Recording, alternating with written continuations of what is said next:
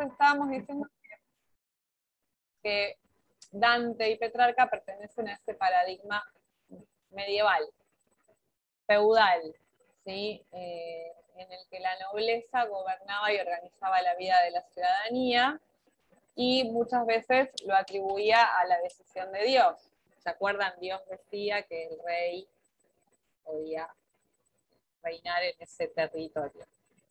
En ese contexto, la burguesía, que empezaba a tener cada vez más poder económico, sobre todo, pero que no tenía poder, no tenía títulos de nobleza, ¿sí? Porque no venían de ese grupo, pero sí tenían posibilidad de tomar decisiones, dado que manejaban casi toda la economía de estos territorios.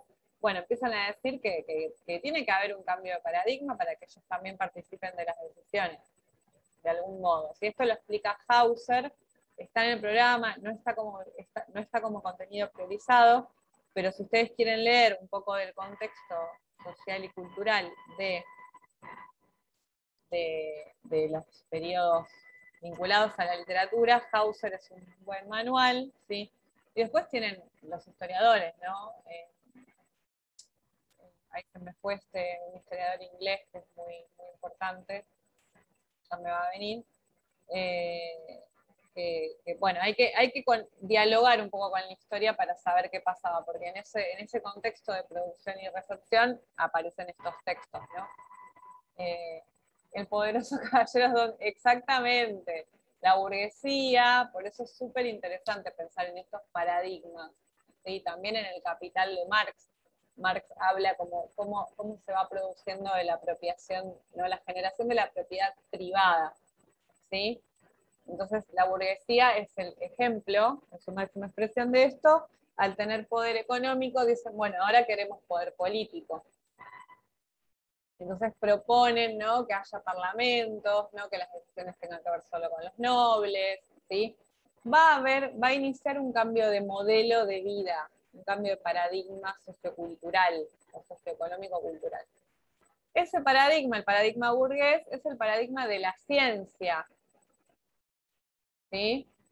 Es decir, basta de que Dios diga quién gobierna, o sea, vamos a empezar a comprobar las cosas científicamente. Entonces empieza a haber, por ejemplo, una puja entre el discurso religioso y el discurso científico. Y se acuerdan que en la época de Ovidio, de Homero, el mundo se explicaba mediante los mitos, ¿no? ¿no? ¿Vieron cómo la humanidad va generando distintas formas de comprender el mundo y va organizando la vida ciudadana de distinta manera? Entonces, ahora nos encontramos en ese paradigma, algunos dicen, no, el postcapitalismo, la postverdad, el post-todo, pero todavía no hay un cambio de paradigma. Es decir, estamos dentro del paradigma burgués, que implica, ¿no? Por ejemplo, el avance de la psicología, aparecen todas estas ciencias, que igual ya estamos mucho más acá, más cerca de nuestra época, pero es el paradigma del relato científico, de las pruebas empíricas, del control de la naturaleza, ¿no? de la humanidad interviniendo en ese entorno, por ejemplo, ya no van a venir los caballeros a defendernos, sino que va a haber una fuerza de seguridad controlada por el Estado, ¿sí? Bueno, distintas formas que va tomando la ciudadanía. Entonces, esto es lo que vamos a hacer entre la Edad Media y la modernidad con Dante y Petrarca. Van a ver esa puja. Para eso hay que conocer el contexto de producción y recepción y tratar de ponerlo en diálogo. Entonces, ¿qué vamos a ver en Dante? Hasta acá vamos bien con esto del feudalismo, el capitalismo. Es muy breve, pero ¿pueden ver ese cambio de modelo así a grandes rasgos? Se dice sí.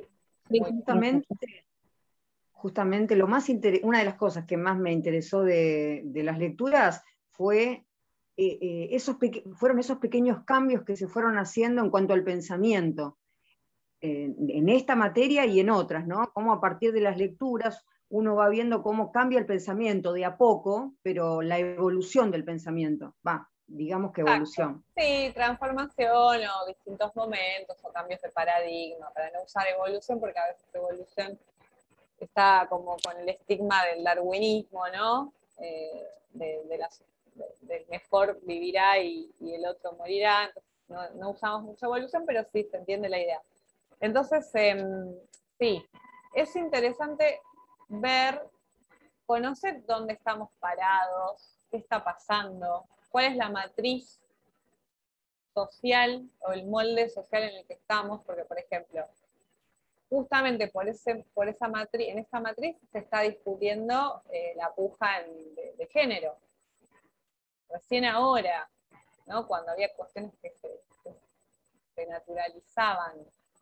Esto lo van a ver en varios libros que hacen historia, ¿no? de las asimetrías de género, cómo en la Edad Media estaba legalizada la violación grupal de varones a mujeres o a personas feminizadas, literalmente, ¿sí? Porque disciplinaban, por ejemplo, a las brujas, bueno, distintas cuestiones. Esto está en Silvia Federici, en un libro que se llama Calibán y la bruja. Entonces, empezar a ver todo este hilo conductor, desde Homero hasta lo último que veamos en la cursada, en cuarto, cuando se reciban, tratando de ver qué pasa con la cultura, cómo la literatura nos hace pensar en nuestra vida. Si bien es ficción, ya sabemos, ¿sí? Acá Gabriela dice con la caída del muro, claro, un montón de elementos que el arte los toma, dialoga con eso. Sí, Lautaro. Profe, le hago una consulta de lo anterior que estaba hablando, porque la Sí. seguía hasta lo de lo feudal, y después cuando empezó con lo de la modernidad ya no la Dale, seguí. pregunta, sí. No, eso, ¿cómo había linkeado? Era de lo feudal, era al final de la Edad Media, y hace la transición a la modernidad en Dante, los dos. Bueno, retomo. Lo que yo quería decir es que Dante y Petrarca van a ser nuestros poetas de la transición, ¿no? De la Edad Media a la modernidad. Pero si yo digo Edad Media y modernidad y no sabemos qué es la Edad Media y qué es la modernidad, es como de qué está hablando la profesora, ¿no? Entonces traté de contextualizar un poco a qué llamábamos matriz feudal o Edad Media o modelo teocentristas, es como para referirse de distintos planos a lo mismo, y el modelo o el paradigma o la matriz capitalista. Podemos ver pintura, escultura, música, que nos den cuenta de que está habiendo un cambio, ¿sí? Entre elementos medievales, por ejemplo la religión, que va a aparecer en Dante, y elementos modernos, por ejemplo en cómo configura su obra Dante. Cómo escribe es muy moderno en comparación a la literatura medieval, pero el tema que toma es bastante medieval, porque habla de la religión, ¿sí? Entonces, para que ustedes vean que hay en estos poetas elementos de los dos momentos, también me remitía a ver de qué hablábamos cuando hablábamos de feudalismo y capitalismo. Por ejemplo, para que ahora igual lo vamos a profundizar. Yo decía que el paradigma capitalista o burgués, ¿sí?, se caracteriza por el pensamiento racional, el pensamiento científico. Necesita del pensamiento científico para explicar cosas que se explicaban mediante la religión. Entonces, bueno, basta de explicar la vida mediante la religión. La religión es pensamiento mágico. Bueno, el paradigma científico se opone al relato religioso porque el relato religioso no tiene pruebas empíricas de lo que dice, ¿sí?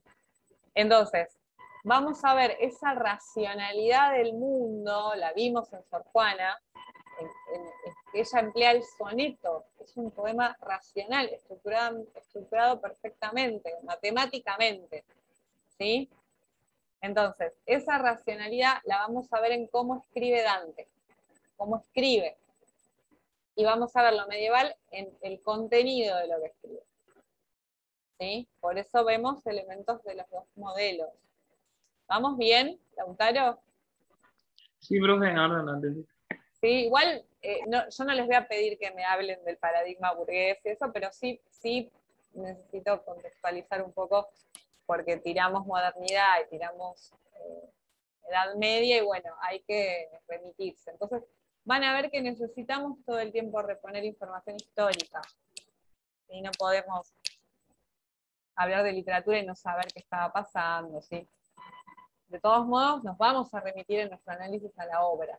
Pero bueno, ¿por qué Dante escribe así? Bueno, es un espíritu de época, ¿sí? Enrique Gustavo Flores.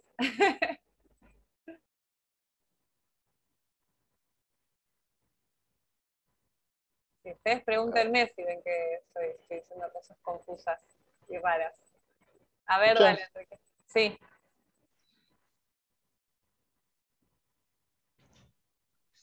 Sí.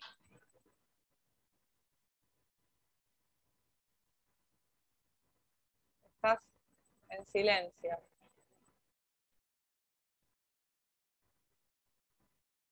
Estás silenciado, Enrique. Ahí. ¿Ahí me escucha? Sí. Sí, no, sí, porque tengo el teléfono, lo tengo que reiniciar, se me tildó.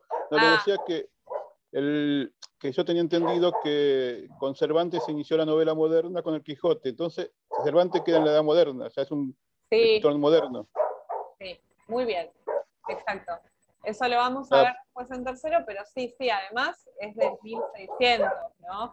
Por eso esto es importante, recordar esta fecha, 1492 o 1453, que es la caída de Constantinopla, como para decir, bueno, a ver, en mediados del siglo XV ya vemos elementos modernos, o sea, no es que la modernidad ocurre mágicamente de un día para otro, pero se van no, a por eso ver. había como 300 años que me habían quedado colgado en el medio. Sí, el inicio, este es el Renacimiento, es el inicio de la modernidad, ¿no? Dante se lo ubica, pero Dante ya está en 1600, ¿no? Lo que se dice de novela moderna, se dice novela moderna por la complejidad, pero vamos a ver rasgos modernos en Dante, por eso lo vemos, para que ustedes traten de ver elementos modernos en Dante, en el Lazarillo de Tormes, el Quijote, ni hablar, por la complejidad de la narración. Pero en Dante también vemos esa complejidad. De hecho, ya lo hemos hablado, se dice que la Odisea también tiene elementos de novela moderna por la complejidad narrativa, pero no podemos comparar la complejidad narrativa de la Odisea con la de Ingenioso Hidalgo Don Quijote de la Mancha. Va aumentando la complejidad porque la complejidad del lector, piensen que en la época de Homero no existía la lectura, no había escritura en soportes, todo era escuchado. Entonces, ¿qué tipo de complejidad puede tener? Vieron que cuando uno habla y cuenta una historia, no es tan complejo como cuando uno escribe. ¿Por qué? Porque la escritura implica tranquilidad de lectura, entonces todo eso va complejizando las narraciones. Por ejemplo, estudiar la historia de los soportes de escritura, ya hemos hablado, ¿no? Soportes duros, la piedra, ¿sí? La tablilla de cera, la tablilla de arcilla, el papiro, el pergamino, y ahora estamos en lo digital. Entonces eso va necesariamente a generar una complejización. Hablar de una cosa que tenés en la mano, que es un celular, que te permite hablar con alguien que está en China, es de una complejidad impensada, ¿sí? Entonces esa es la complejidad que podemos ver estudiando los soportes, ¿no? O el automóvil, la televisión, distintas cuestiones. En la literatura se ve. Cuando pasaban, que esto se ve en el Nombre de la Rosa, ¿no? Cuando se pasaba de la oralidad a la escritura, todos indignados porque la gente en lugar de la oralidad leía o escribían y usaban soportes de escritura y venía el apocalipsis. Igual que ahora cuando pasamos del papel a lo digital.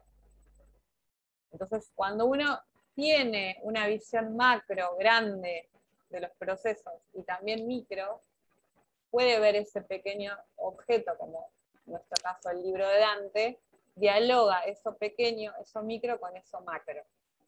Ese mecanismo, esa operación nos permite tener una mirada un poco más lúcida, no tan reducida de las prácticas o de lo que ocurre. Vamos bien porque ya, ahora sí, ya empecé, ya me estoy yendo. Pero bueno, esto tiene que ver con responder lo que ustedes preguntan. Lo juro. Bueno, vamos a, entonces estábamos viendo, Lautaro, entonces vamos bien. No se asusten con la complejidad de lo que hablamos, porque después ustedes en el trabajo tienen que concentrarse en algunos detalles que vamos a nombrar ahora, ¿sí? Entonces, de Dante vamos a leer del infierno, ¿no? Tiene el infierno, el purgatorio y el cielo, o cómo se llamaba la tercera parte, bueno, cielo.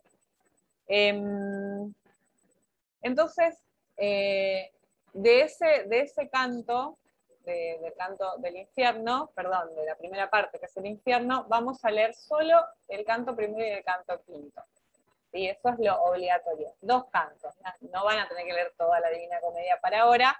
Por supuesto que les va a venir bien para su formación leer, porque dialoga con Homero, con Ovidio, con Sófocles, con la Eneida, que ahora vamos a hacer alguna referencia, ¿sí? Entonces acá lo que vamos a decir de Dante es, por ejemplo, vamos a pensar en algo que ocurrió con el título, ¿sí? El título original de la obra de Dante era Comedia, ¿sí? La Comedia se llamaba. Todo lo que voy a decir va a estar en la clase, ¿sí? Entonces acá, lo que importa, por ejemplo, de este título, es que hay un diálogo con la lengua romance, con el italiano, ¿sí? Es decir, ya no escribe, por ejemplo, en latín. Los poetas escribían en latín, ¿sí? Porque era la lengua hegemónica. Bueno, Dante dice, no, voy a usar una palabra en italiano, ¿sí? En lengua vernácula. Entonces acá se corre, ¿sí? De esa hegemonía del latín, y va a decir, bueno, yo elijo la lengua romance. Entonces hay una posición frente al lenguaje. Esto es muy importante, ¿sí? Canto primero y quinto del infierno. Claro, aprendan italiano, está bueno. Es gracioso además. Bueno, tratemos de aprender todo lo que podamos, ¿no? Porque son herramientas. Entonces, ¿qué estaba diciendo? Que cuando él decide ponerle comedia en italiano, ¿no? En lengua vulgar o en lengua vernácula, está tomando una posición frente al lenguaje, y es decir, va a escribir para que entiendan las personas que pueden entender en italiano. Si yo escribo en latín, y bueno, algunos nada más van a poder entender. ¿Sí? Entonces, está pensando en otro público. ¿Sí? ¿Qué otra cosa? Si sabemos que la obra se llama Comedia, ya sabemos cómo va a terminar, básicamente. No va a terminar como Edipo, porque Edipo era una tragedia. ¿Sí? Entonces, cuando uno lee, solo con leer el título de la obra, ya puede pensar en esta explosión de sentidos. Por ejemplo, Dante se posiciona del lado de la lengua romance, en este caso el italiano. Segundo, está escribiendo una comedia, no una tragedia. Entonces, ¿cómo va a ser el final de la comedia? ¿Cómo va a terminar? Feliz. Bueno. No habrá muertes. No habrá gente arrancándose los ojos, ni suicidio. Todo eso en el título, solo con el título. ¿Sí? Empiecen a ver esto, ¿no? Los títulos, los subtítulos, ¿qué me está diciendo allí una persona? Ustedes también cuando escriban un título, o un subtítulo, bueno, ¿qué quieren decir? ¿Qué explosión de sentidos pueden generar? Entonces, inicia en el infierno el señor protagonista, ¿sí? Y termina en el paraíso. Entonces ahí, como decíamos hace un rato, lo vincula con este relato religioso. Siempre, digamos, acá vamos a terminar bien, ¿no? El adjetivo divina, Divina Comedia, lo agregó Boccaccio, otro poeta italiano, ¿sí? El de los relatos de la peste, y bueno, se hizo muy famoso ahora en la pandemia porque su obra, que ahora no me acuerdo el nombre, son todos relatos durante una peste. ¿Sí? En Boccaccio, en 1555, le pone el adjetivo divina, ¿sí? Para resaltar y esto es súper interesante, lo bello de la obra, ¿sí? Entonces Boccaccio decide él que la comedia es bella, no nos da mucha oportunidad de discutirle, y además la vincula con lo religioso. Recién Boccaccio agrega ese adjetivo divina y lo vincula esta obra con ese carácter religioso, que tiene ese carácter, pero bueno, también, que esto es lo que voy a decir ahora, es lo que propone Bloom. ¿Sí? Lo que dice Bloom, que en realidad Dante, la maestría de este poeta es tomar un relato religioso, hablar del infierno, ¿no? El purgatorio y el paraíso, y transformarlo en una ficción literaria. Entonces, nos está invitando a pensar en que también el relato religioso puede ser una ficción literaria. Vamos bien con esta idea porque esto puede ser controversial. Esto es lo que propone Bloom, a mí me parece muy lúcido, ¿sí? Y pensar, lo dice Borges también, ¿no? O sea, no pensemos que Dante creía que había un infierno, que ahí estaba Minos. Hay una operación ficcionalizadora, literaria. Esto es un rasgo moderno, lo vamos a ver en Cervantes, pero Dante ya lo está haciendo. ¿Vamos bien con este punto? Este punto es clave y lo quiero escuchar en los exámenes finales. Esto es lo que dice Bloom. Retomo Sí, lo que dice la clase para que después cuando sigamos el orden de la clase no me desmando. Bueno, entonces ahora vamos a pensar en el canto primero, ¿sí? Recuerden que inicia, después cuando lo revisen bien, esto también es una operación ficcionalizadora. ¿Quién es el protagonista? Dante mismo, ¿sí? El mismo, sí. El narciso de Dante crecía y crecía, ¿no? Pero decimos, es una operación ficcional, porque Dante está diciendo, se coloca como personaje, pero no es Dante el escritor, es una construcción ficcional de él. ¿Pueden ver esto? ¿Esto va bien? Esto es un rasgo moderno. El sujeto, el autor está pensando en la categoría de ficción. ¿Sí? Muy alejado de los relatos medievales. Él dice, yo puedo hacer con la palabra ficción, puedo hacer lo que se me cante con la palabra, incluso ponerme a mí mismo como personaje. Es una maravilla. ¿Sí? En el sentido de lo que hablamos siempre, el poder de la palabra. Basta de creer que eso es lo que pasa en el Quijote. El Quijote se cree lo que lee. Está bien, Marlene, no te preocupes. ¿Estás bien? ¿Estabas en el hospital? Entonces, la idea de, bueno, genial. La idea de colocarse como personaje nos hace pensar, hey, pero lo que le está pasando al personaje no es lo que le pasa a Dante, es una obra literaria, es literatura, es ficción. Empieza a pensar en la ficción, una categoría muy moderna, ¿sí? ¿Vamos bien hasta acá? Sí, a mí lo que me llama mucho la atención es después la incorporación del poeta Virgilio y la imagen, o sea, la idea de la Virgen María me parece revolucionaria para ese momento, ¿no? Sí, la verdad que sí, la verdad que por eso está bueno leer a Dante y no leerlo solo en el plano religioso, como si fuera una otra Biblia, ¿no? Lo que nos está diciendo Bloom y Borges también, a mí me parece, yo acuerdo con esa posición, es que estamos frente a una ficción y es la maestría de la escritura de un poeta que articula el espíritu de época en una obra literaria, ¿sí? Y esos elementos que estás diciendo vos, Ana, arrancamos con que él se coloca como personaje. Después, ¿qué hace con la Virgen? ¿Qué hace con Beatriz? Bueno, son operaciones literarias, porque vos con la palabra podés hacer operaciones literarias, articulaciones discursivas. ¿Sí? ¿Vamos bien? Sí, profe. Ustedes digan si es muy difícil lo que estoy diciendo. Esto igual lo dice Bloom, está en la clase, ¿sí? Entonces, arranca con el personaje de Dante, Dante de ficción, que dice que está perdido, esto también siempre lo van a ver en los poetas románticos, ¿sí? Está perdido en una selva oscura.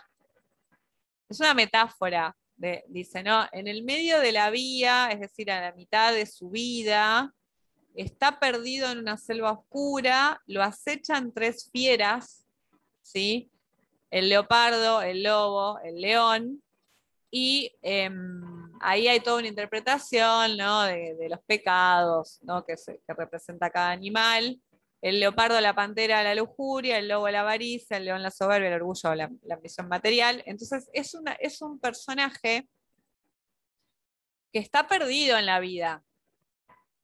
Está digamos, Como en la si a los soberbia. 40 tuviéramos una depresión y nos sintiéramos en esa selva Exacto, oscura. una crisis. No sé si, porque puede ser Una depresión, crisis, pero una sí, crisis. hay un momento bisagra del personaje, ¿sí?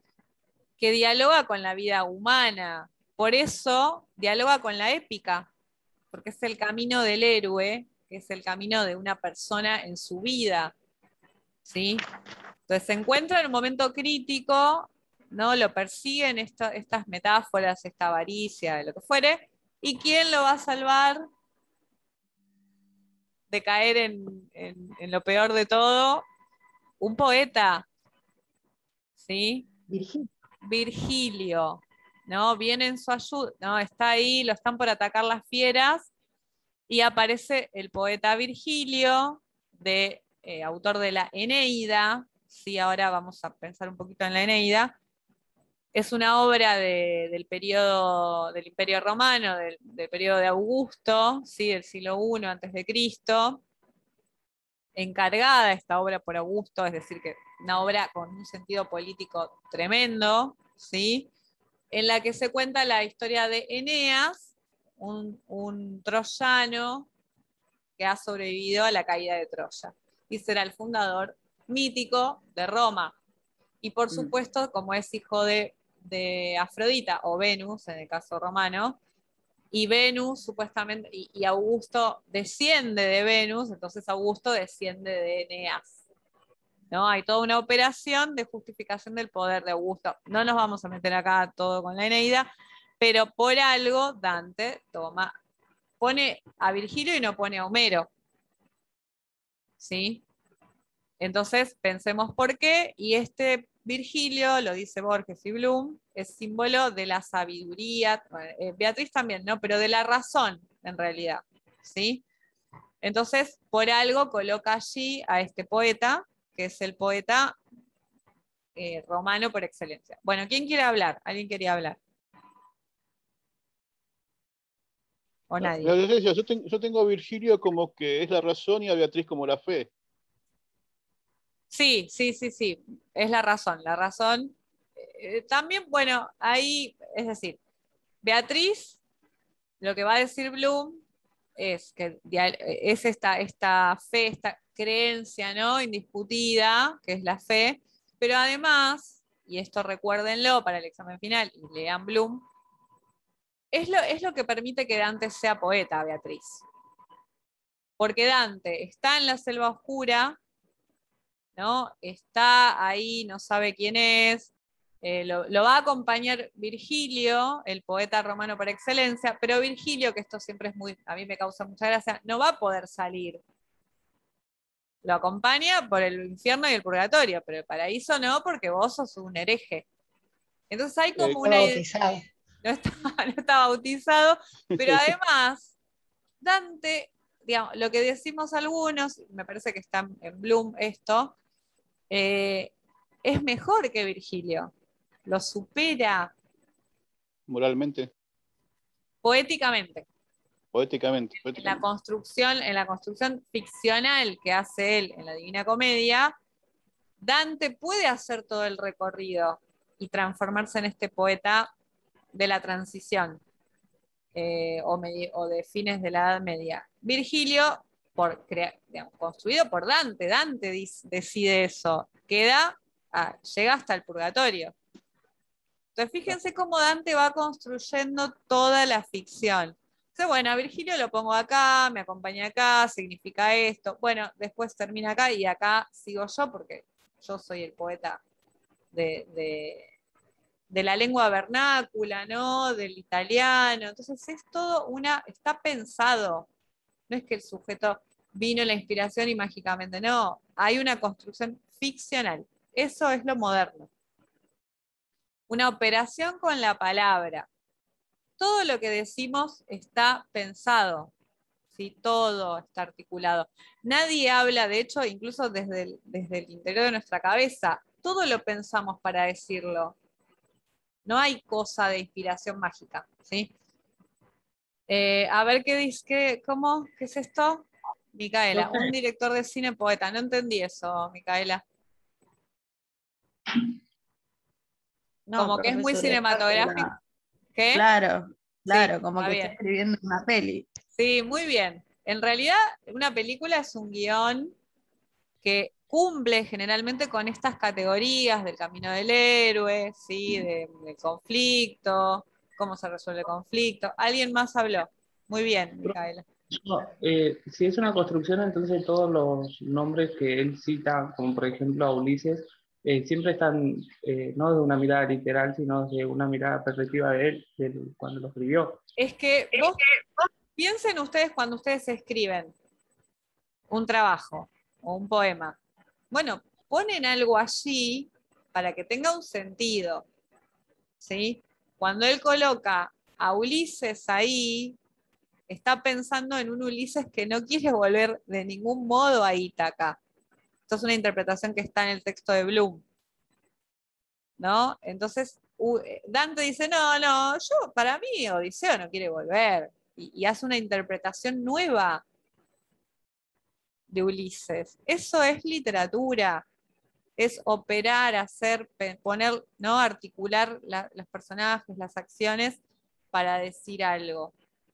Porque es tremendamente poderosa la palabra si yo la puedo articular.